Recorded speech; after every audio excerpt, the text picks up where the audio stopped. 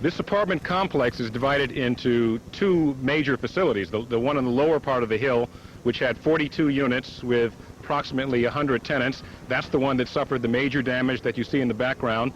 This is up north of Los Angeles. The epicenter, as you say, is up around the Northridge area. This is a highway that completely collapsed. Right now we want to join our owned and affiliated station KCBS with live coverage of this earthquake that happened at 4:31 Pacific time this morning. But from the first aftershock, and the fortunate thing is that since these buildings did go down in part, that it happened when most people were so scared they were already outside of the building. Otherwise, it would have obviously been much, much worse here. And we are going on to Plummer Boulevard right now. If you can take a look at this building, it's another building that was spared no mercy from this quake. Again, just completely buckled, closed down. The force of this is just really incredible. And one of the things that I find particularly striking, as Linda just said, that everybody in the city seems affected to some degree, but driving around the valley, everybody is affected very directly by tragic. But you see it coming. You can take some precautions in many cases. In this case, there's no time to do anything but just get out for your lives, and that's what these people did. And fortunately, it appears nobody was injured seriously at this building, Mike and Linda. It is just an incredible sight. Again, we have been counting miracles this morning. Absolutely. It is terrible, the loss of life and the damage that we've had.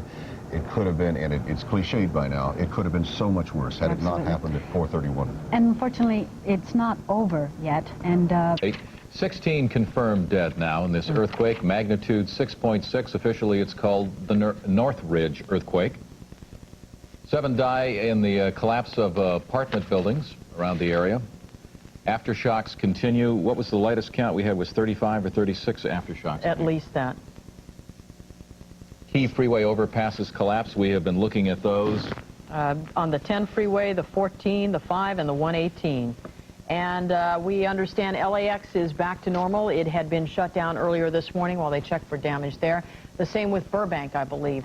Should be up and running. And John Wayne. And John Wayne Airport. None of the taxiways or runways. This is a special report from NBC News. Here is Jane Pauley. And we're covering the Los Angeles earthquake throughout the afternoon today. Just to bring you up to date, it's now almost exactly 7 hours and within this minute since the earthquake struck. It was 4:31 a.m. It was before dawn when an earthquake struck without warning. The suddenness of it surprised many of those Los Angelinos who are veterans of earthquakes and have come to expect a little rolling advance notice. This earthquake came with no such rolling advance notice. It struck hard and stayed around longer than the initial jolt might have in some earthquakes. Some say 30 seconds. Others near the epicenter say it shook and rattled for nearly 60 seconds. Center, which you is feel the that aftershock? Another aftershock. Another one here. Northridge Fashion Center, which was built in 1971, and there you can see the aftershock as it appears on the little drum. Had a lot of those. Had a lot of those. One person trapped at the Fashion Center, and they're working on the parking structure there. As well, a pipeline running from Los Angeles County along the Santa Clara River has ruptured. Apparently that's leaking gasoline into the riverbed. That's something we'll have to contend with down the road.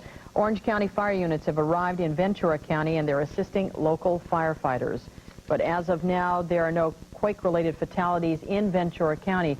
Again, we heard from Gordon there are 9 unconfirmed in that one apartment complex in Northridge, and I believe the latest toll we had was something like 16, but that should be inclusive of that 9.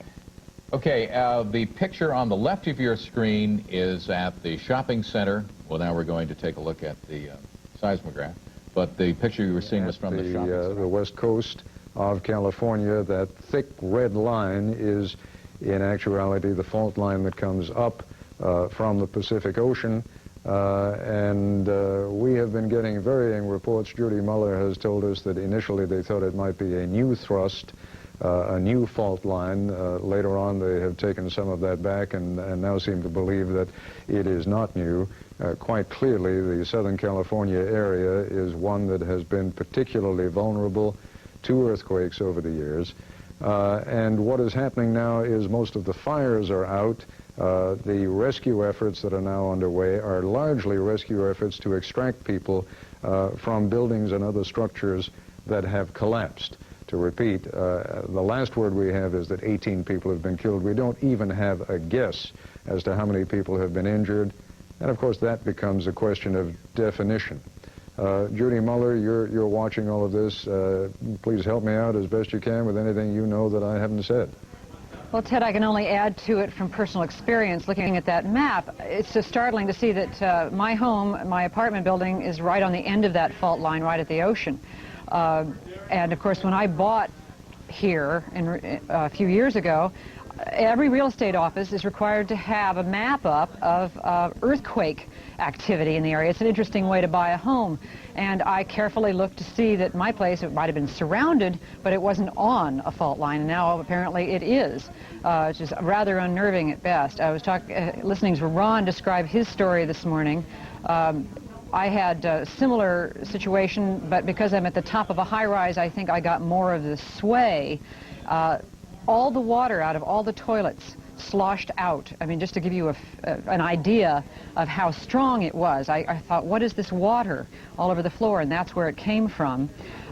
There isn't a picture left on the walls. There's not a piece of glass in my apartment that is not unbroken. When I left, I had to crawl over the break front from the dining room to get to the front door, and my neighbor had to help me by pushing the other direction to get me out. So I'm, you know, that's waiting for me at home, as everybody here has that situation. People here in the Bureau have brought in their children and their dogs and their cats. We're a regular family here. And right here on the lot, the studio where General Hospital is shot, for instance, the roof, part of that roof collapsed. We have some flooding where water pipes broke.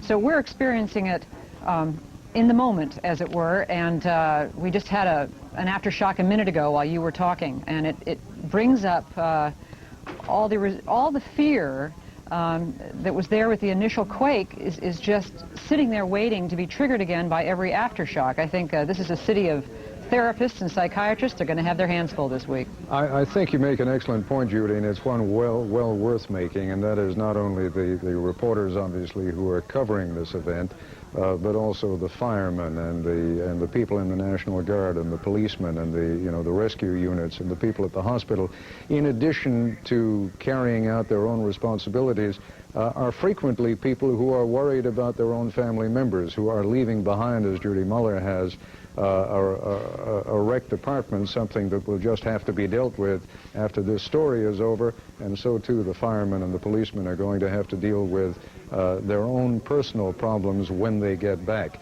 If you look at that map that's on the screen right now, you can see the famous San Andreas Fault, which is running sort of southeast and northwest, and then you have that new fault line, the little one, inside that circle running from the Pacific up through Los Angeles.